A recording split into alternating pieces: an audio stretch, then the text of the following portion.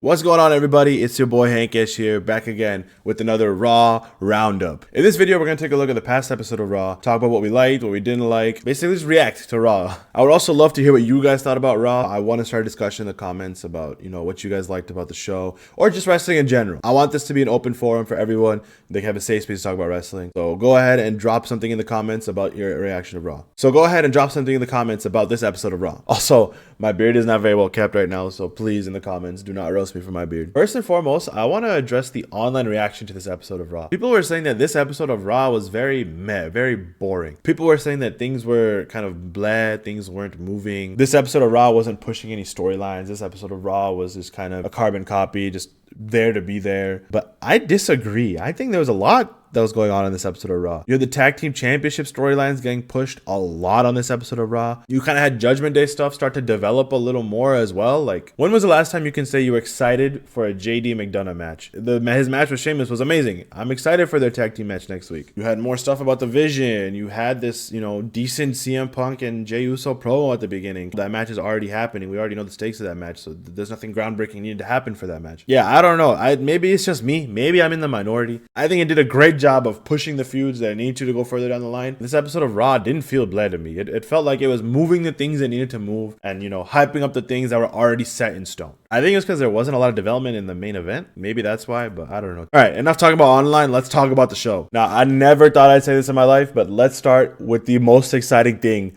that happened on this episode of Raw. The main event women's tag team match.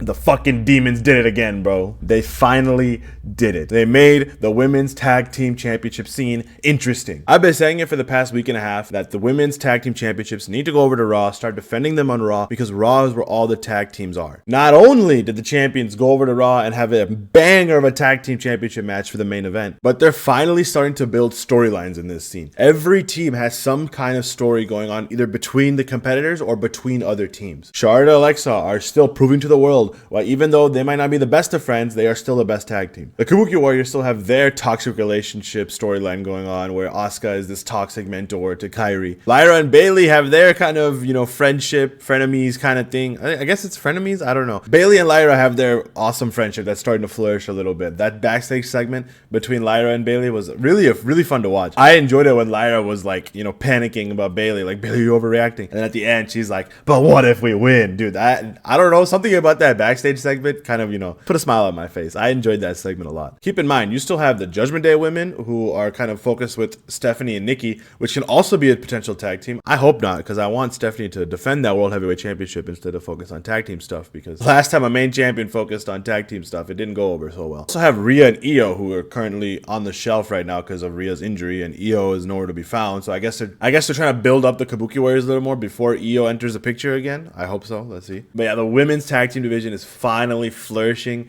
They finally seem interesting, and I think that is the best thing that happened on this episode of Raw, and that's why I'm talking about it first. I never thought I'd say that in my life. It has so many stars and so many interesting stories. Let's keep it up. Come on, let's not lose momentum. To kick off the show, we also had a promo segment between CM Punk and Jey Uso, kind of hyping up their match for Saturday night's main event for the vacant World Heavyweight Championship. It was a good segment. I mean, it wasn't like groundbreaking or anything, but it got the point across. CM Punk using his ability to twist words and twist the narrative to show that his opponent is a villain and the crowd is going to be behind CM Punk. And then Jey Uso just responded with, quick, short, I'm be like, I'm gonna get mine. I don't care. Fuck you, Punk, Or he said screw you, Punk, but fuck you, Punk. I think this was great because obviously CM Punk is the best in the sticks. No one can touch him when he's on the mic. And Jey Uso, I'm not saying he's a bad promo, but he's not like a generational or on a level of CM Punk type of promo. The fact that Jey kept it short and sweet and kind of used more of his emotion in his words, got straight to the point, cut through what Punk said in just a few short sentences. I think that was great. It prevented Jey from getting eviscerated by Punk on the mic by having this long back and forth promo. We already know the stakes of the match. We already know what the storyline is going into the match, so there's no need to overcomplicate it or make it groundbreaking back and forth promo. All you needed them to do was lay down the groundwork. Is Jey willing to go far enough to win this championship? Because Punk's got it on lock. That's the story they're telling. Keep it short and simple. That's sweet. I like it.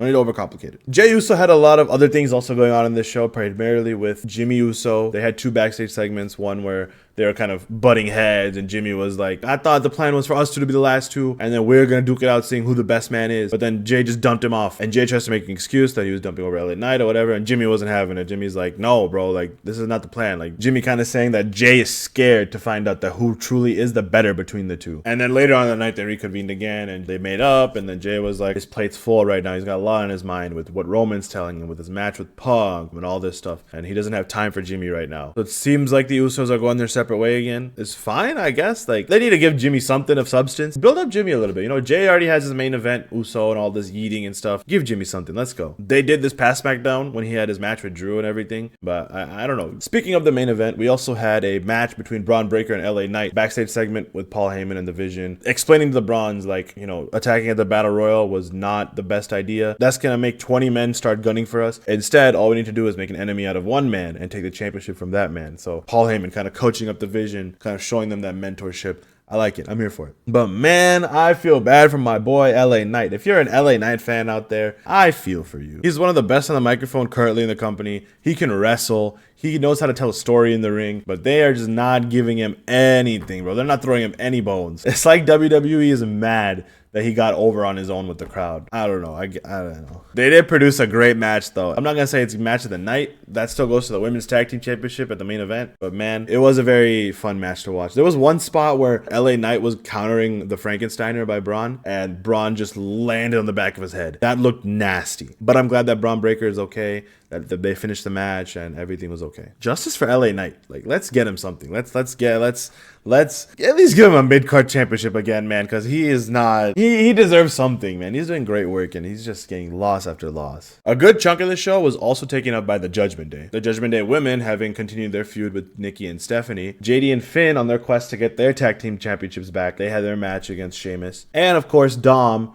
with the whole IC title thing and trying to defend it and being that slimy heel that he is, which I love. Judgment Day is getting a lot of screen time, and you would think that I would hate that. You would think that a majority of the audience would hate that, but all three of them have an interesting story going on right now. So I'm not going to complain about the Judgment Day and what's going on, because they are telling a good story. I was a big fan of the backstage segment between Finn and JD and Adam Pearce, when Adam Pearce told them that they had a match against Sheamus, and you know, they can decide which one is going to fight him. And then JD McDonough stood on business. JD McDonough was like, I'm going to take care of business with Sheamus, and you gotta take care of business with tag team titles. I loved it. I loved that JD McDonough stood on business. It made him seem like kind of a badass. I'm not gonna lie. In this episode of Raw, JD was coming across as kind of a star. I'm not gonna lie. I personally think WWE needs to give JD McDonough more singles matches, because he can thrive as a single star. He was amazing in this match against Sheamus. Sheamus is a very hard-hitting wrestler, so you know that JD can survive those hard-hitting matches. JD McDonough is also very explosive, very quick. He has a beautiful moonsault that goes to the outside of the ring. Yeah, JD can really thrive as a single star. So when this Judgment Day breakup inevitably happens, let's give JD something. Let's give JD a nice feud with somebody. Let's push him a little bit as a single star. He could be a great IC champion. I'm not going to lie. Speaking of the IC championships, obviously,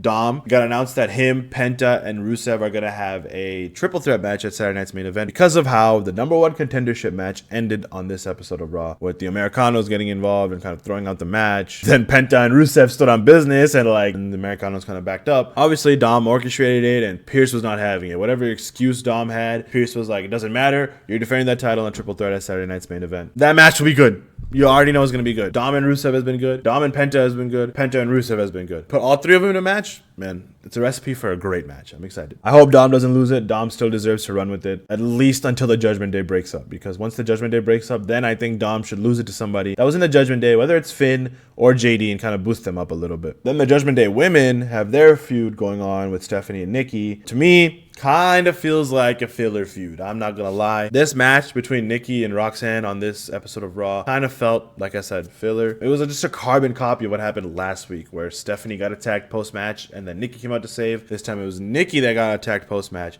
and Stephanie came out to save. It was basically a 1-for-1. Just flip the two competitors. That's it. But like I said, it does feel like a filler feud, but I'm okay with it, because right now there's a lot of good women's wrestling happening on Raw with the whole tag team stuff. If the World Championship needs to be a filler for a little bit until you get those big stars to come back, or until the War Games is over, or some of those stars, get freed up to fight for the singles championship, that's okay. I'm okay with that. Like I also said last week, it could also lead to a Nikki heel turn, and maybe a feud between Nikki, which I'm not going to be complaining about, because people forget that Nikki is a great heel. She knows how to play a heel so well. She feels so awkward as a face, but as a heel, and she knows how to show her stuff. And I don't mean it like that. I don't mean it like that. The last thing I want to talk about, which is kind of a small segment that happened on the show, but I'm kind of excited for it. The Maxine Dupree push, man. Maxine Dupree is getting a mini push. She was backstage on this episode with Adam Pearce. Pearce saying that she, you know, earned another shot at the IC championship. She deserves it. Maxine was saying like, hey, I need to be ready. Like, I don't want this championship right now. Let me wait on it a little bit. Let me call a friend to make sure that I'm ready. But maybe Maxine is calling AJ Lee. I don't know. We've been missing AJ Lee from our screens. So maybe AJ Lee's coming back and, you know, standing on business and gonna help Maxine